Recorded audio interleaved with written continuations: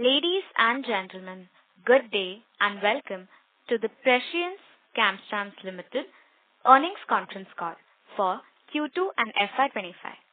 As a reminder, all participant lines will be in listen-only mode, and there will be an opportunity for you to ask questions after the presentation concludes.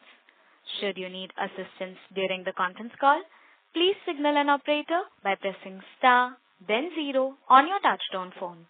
Please note that this conference is being recorded. I now hand the conference over to Mr. Karan Shah, Whole-Time Director, Business Development. Thank you, and over to you, sir. Thank you. Good afternoon, ladies and gentlemen. I'd like to thank you all for being a part of this Precision Camshafts Q2 FY25 earnings conference call. In case of any detailed questions related to finance, please email your questions at cs@pclindia.in and we shall provide you in a later time. We have submitted the investors presentation for Q2 of FY25 to stock exchanges on the 24th of November, and the same is also available on our website. Investors are requested to refer to the same.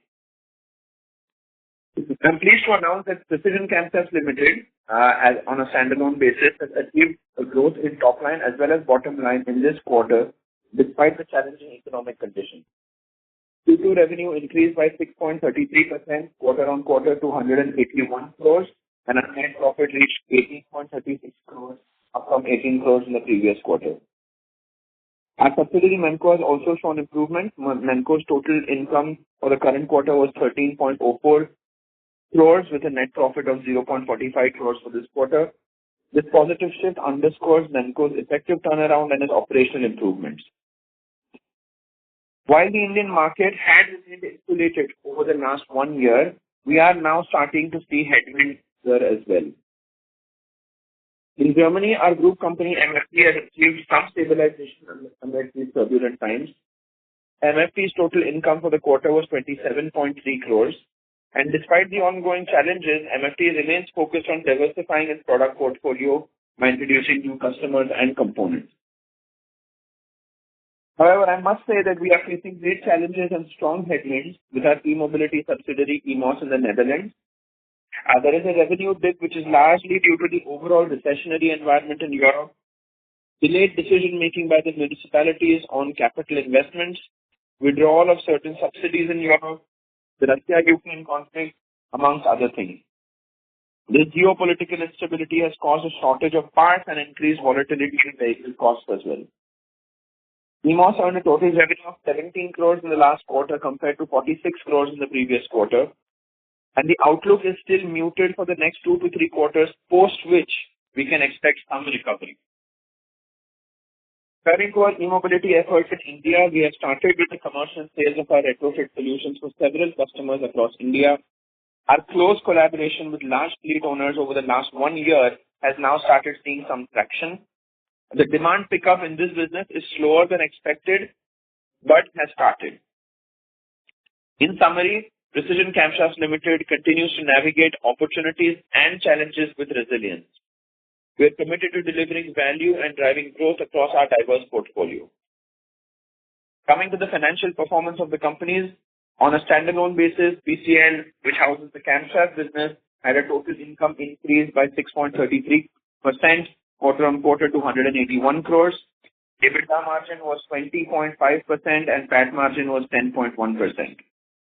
Coming to the consolidated business, total income for Q2 decreased by 9.2% to 238.8 crores. EBITDA increased by 13.98% to 35.6 crores. PBT was 19.6 crores and PAT was 8.4 crores, which is 3.5%. With this, I would like to end my opening remarks and would like to open the floor for question and answers. Thank you very much. Thank you very much. We will now begin the question and answer session. Anyone who wishes to ask a question may press star and 1 on their touchtone telephone. If you wish to remove yourself from the question queue, you may press star and 2. Participants are requested to use handsets while asking a question. Ladies and gentlemen, we will wait for a moment while the question queue assembles. The first question is from the line of Gautam Rajesh from Leo Capital. Please go ahead. Good afternoon, sir. Thank you for this opportunity. My question was on the camshaft business. What portion of our business comes from Europe, and what sort of growth are we looking for the next, let's say, 2 to 3 years for the camshaft business? Thank you for the question. So at this point of time, about 50% of the business is domestic market and 50% is export. Out of that 50%, I would say about 20 odd percent is Europe and the rest is North America, Korea, Brazil, Mexico, etc. So it's very well diversified in terms of the countries that we are supplying to. It would be very hard to give a number in terms of what the growth perspectives are for the next 2 to 3 years. But as I have said in previous calls, we have a very robust order book for the camshaft business, even up to 2030. We are installing new capacity as we speak, for which additional capex has been incurred in the current year. We have received new contracts, new business from Indian OEMs as well as overseas OEMs for new engines or new camshaft programs for new engines. So I think from a order book point of view, we are quite secure. And we do see growth. Yeah. Okay, you can't give like a rough figure per share. Sorry? You can't give a rough figure for like 2 to 3 years down the line. No, I would like to not give forward-looking numbers. Works. And my second question was, what's the progress on the EMOS business in Europe? By when do we expect a revival here, and what sort of scale is possible here? Look, I think it's not a situation which is unique to EMOS. If you look at across the board in Europe, a lot of companies have been facing these significant headwinds. Without naming any companies, there are several, at least 5 to 7 companies in the field of work that EMOS is in, or in the gender electrification space, that have gone belly up in the last 6 to 12 months simply because they cannot sustain in these markets.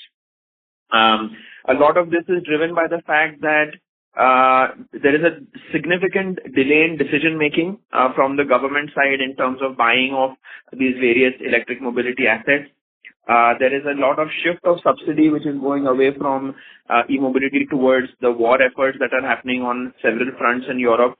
And generally a lot of instability and a kind of a recessionary environment. So I think there is a slowdown. We are not the only ones experiencing it. But despite these times, we are sustaining the business. We are scaling it down, of course, in terms of the people and so on to sustain these times. And I think it would be at least 2 to 3 quarters before we can expect a sizable recovery. And post, like let's say in 2 to 3 quarters, you see recovery. Is there any scale you can hit towards? No, I don't think there's any scale I can hint towards. We are working on with a lot of customers. Again, we are a derived demand. We work with OEMs across Europe. We are basically working exclusively with these OEMs. So as they grow, we will grow with them. You have seen this in the past, prior to this slowdown, significant growth in revenues and essentially getting to profitability. But I think at this point of time, it would be very difficult to put a number. Okay. Thank you, sir. Thank you. I wish you all the best. Yeah. Thank you. The next question is from the line of Shagun Jain, who is an individual investor. Please go ahead. Hi, Karan. I wanted to know a few things about those investments which you have done, right? There was a capex of 25 crores done to set up a new plant. Okay, the plant was for the camshaft business and for EV mobility business also in India, right? So where are we on that, and when is the plant getting commissioned so that we can start knowing, seeing the revenues coming in both for the camshaft side and also for the EV mobility business in India?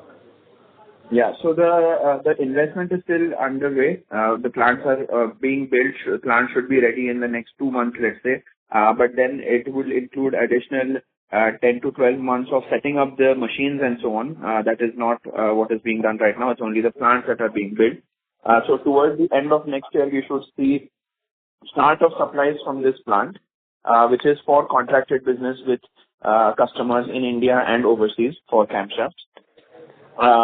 In terms of the e-mobility business, the plant that we are setting up right now is not only catering to the demand or the book of business that we are building up for the Tata Ace and the those plus retrofit, but we are also working on some more new exciting projects on heavier vehicles.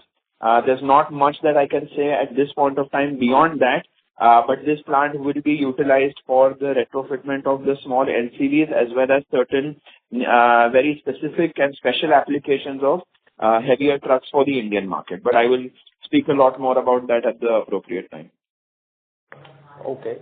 Thank you. And what would be the capacity of the camshaft business which you are putting up in this new plant which is coming up? I mean, it's hard to define capacity right now because it is all dependent on customer orders and so on. What we have contracted for right now are 2 to 3 businesses, which will make up about 70,000-80,000 machine camshafts per month. And this will continue to increase, but the total size of the plant is much bigger than the 70,000-80,000 that I'm talking about. So the capacity that can be installed is significantly higher. Okay. And this would be primarily the machine camshafts or the casting ones, which the new plant which you are putting up for? This will be assembled camshafts, which are then machined also. So these are not cast camshafts. So these are the higher margin ones, right? Which yes, which we have been doing. Okay. Fantastic, cool. Now, second question is, what is the progress on the non-engine business which we are doing? When you got some orders for braking systems, etc. So I wanted an update on that as well. I think similar to what I said the last time. We have already installed one machining line. Already parts have been shipped. I mean, production has started. But the big issue there has been, of course, the fact that these parts are getting supplied towards European OEMs. This is all export business. And because of the slowdown there, we have a drop in volumes as compared to what was planned in the original ramp-up. But of course, the projects are awarded. They have been started production, including some new business that we have won at Memco, which is for non-automotive components as well. So all of that will start ramping up and go into production in the calendar year 25. But the crankshafts for braking systems is already productionized. Okay. And can we have some sort of estimation as to, your top line now is around 700 odd crores, right, on standalone basis, probably 5-7% growth over the next year, 10%. So what percentage can this business constitute in the overall growth of PCL and the standalone level? Some rough number can you give us, or will it not be possible? No, I don't think it will be possible. Not right now, especially with the volume reduction right now. I think it would be not painting the right picture in terms of what that business can be as a total part. But I think once we are at a stable volume, then I should be able to provide more insight on that. Okay. Is there a plan to get into non-engine components in India as well? Probably because yes. of the huge amount of cash you're generating. Probably look yes. at some inorganic acquisition route in India. Yes, also looking at that. Yeah. Okay, fantastic. And if you could give us a little bit update on the EMOS India business here, the retrofit, how is it going, and whether we have won any orders. If you could, yes, of course. It would be great. Yeah. Yes, of course. We have won orders from 4 to 5 different customers across India. These are in different spaces. One is a logistics company, one is a biomedical waste company, one is a large services company that is doing waste collection, another one is a pure logistics company and e-commerce. So, and these are big names with large fleets. We have started commercial sales to all of them across India in 6 to 7 different states. And I think the way this works is basically it's the first of its kind in India. We are doing something which has not been done before at scale, especially. And so customers are obviously looking for evidence of how this works, whether the savings are real and so on.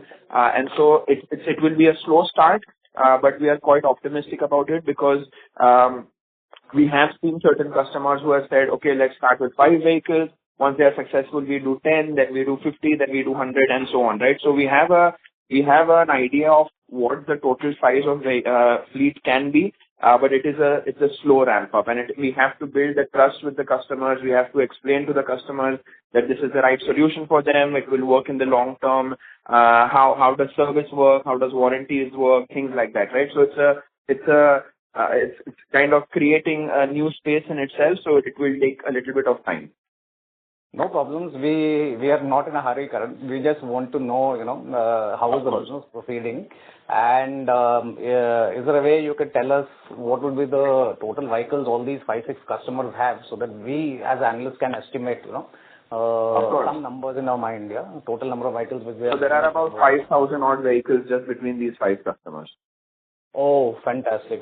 Wonderful. And once the proof of concept is done, ready, if they are happy, they will move ahead with retrofitting all these 5,000 vehicles over the next probably, say, 3-4 quarters, 5-6 quarters time, right? Yes. Okay, fantastic. And there was this policy of Telangana which had come out, which had given some subsidy on retrofit. Can you give some dope on what are the different states having some retrofitment subsidy or some benefits which are being given to customers? No, at this point of time there are no states which offer any retrofitment subsidies. In fact, the subsidies that were there for new vehicle purchase also on the EV side are gone. Right, so there are at this point of time, I think there are no subsidies available. There is a framework that is being developed called FAME 3, but we really don't know until it is published. Okay. Fantastic. And lastly, when will you start giving out the numbers in terms of how many retrofits you have done? I know it is slow and steady, 10, 20, 100 or whatever it is, So we get to know how the progress of it. I think once we have some stability, once we have a good flow, I think that's when we will start doing that. We can expect that next quarter? I would not say so. I think we should be a little bit more patient in this process because it's not like the traditional camshaft business or component business where we are completely doing a demand-based supply where OEMs are building vehicles and we are supplying components, and therefore the volumes are very predictable. This can be up and down just based on how a customer reacts, what kind of capital they have available, what kind of fleet allocation they want to do, and so on. So it would not be fair to give such numbers and then make predictions or forecasts based on it. Okay, understood. Lastly, there was one point in an annual report also that you were readying yourself to be an OEM in this space. So if you could give us a brief dope on where that project is headed to and how is the progress on that project, please. We are working on it, but like I have said before, it is still a couple of years away. We don't want to jump into something which is extremely capital intensive, requires tremendous networks being created across the country and so on. We want to make sure that this retrofit business takes off properly, that we have enough vehicles on the road that can prove that the technology works, that everything is in place. Only then we will take that jump. But internally the progress is going on. Okay, thank you, Karan. Thank you for your answers. All the best. Thank you. The next question is from the line of Vipul Shah from Sumangal Investments. Please go ahead. Hi, thanks for the opportunity. So, Mr. Karan, when this retrofitting business scales up, what type of capex intensity that business will have? Sir, it's not a very capital intensive business because there is no plant and there's no machinery and tools and so on required. It's mainly a process of disassembly and assembly. In fact, as we scale up, we would intend to have small micro factories across the country rather than having one standardized setup in one place. That is purely to save on logistics costs. I mean, you can imagine that if there is a large fleet in Bangalore, for example, or Delhi, it would not make sense to drive all those vehicles to Solapur or Pune, convert and then send them back. It is best to do retrofitment locally. So we would do that. Even in that case, there are certain partnership models that we are working out on with local competitive service providers. And the only requirement for scale here will be working capital, basically, to fund the business. And Mr. Karan, what is our total nameplate capacity for casting camshafts and machine camshafts? And what is our capacity utilization? If you can give some color, it will be really helpful. The casting capacity is about 12 million camshafts per year or 1 million per month. And the machining capacity is about 4 million camshafts per year. We are at about 80% utilization right now because of the reduction in volumes around the world, not just India, but around the world. We are down to about 75 to 80% on the foundry side, and similarly 70 to 75% on the machining side. But hopefully, as things improve over the coming quarters, we will have better utilization of these assets. So in past, what was our highest utilization? If you can. We have been at 90% on both. Okay, Karan. Thank you very much. And all the best. Thank you. Thank you. Ladies and gentlemen, you may press star and 1 to ask a question.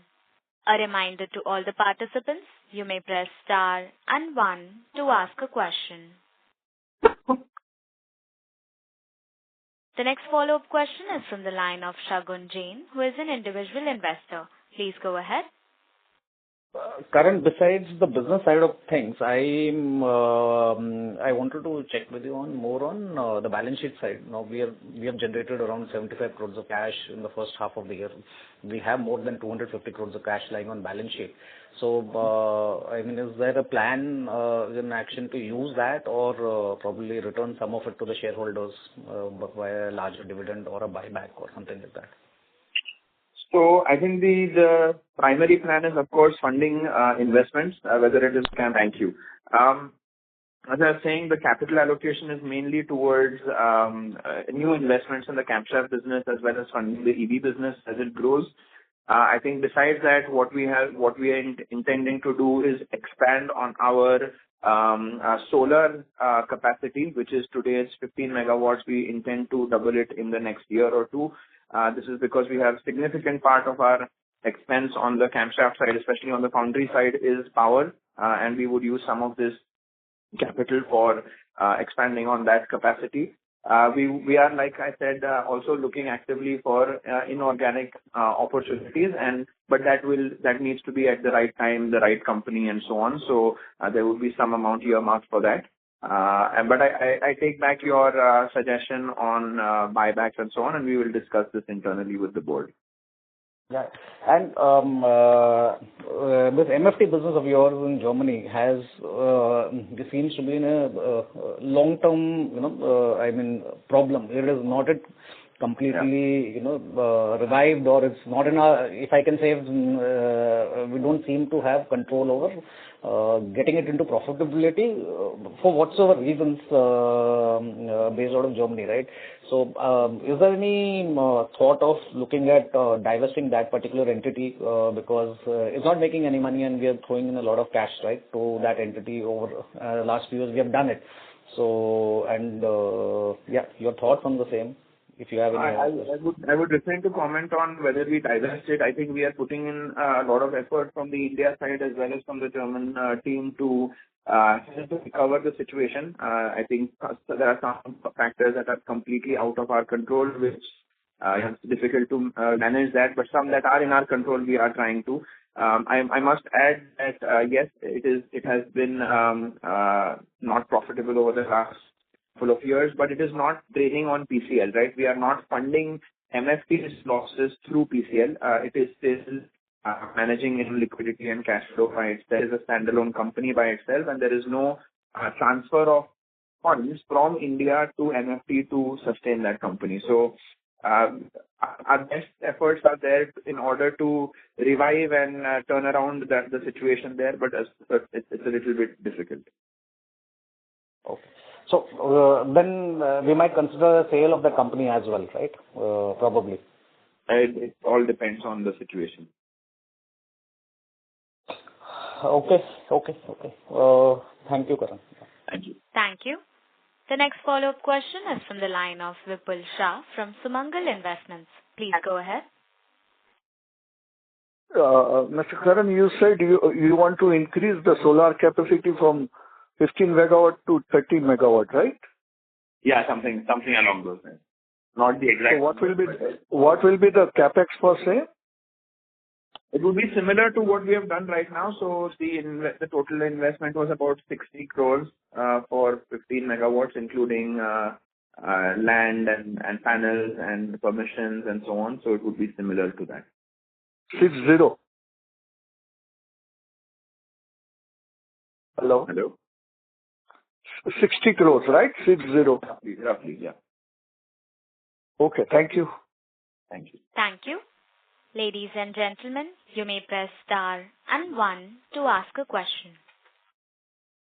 As there are no further questions, I would now like to hand the conference over to Mr. Karan Shah, Whole-Time Director, Business Development, for closing comments. Thank you so much, ladies and gentlemen, for joining this conference call. I hope we've been able to answer most of your queries. We look forward to your participation in the next quarter, and thank you again for joining this phone call. Bye-bye.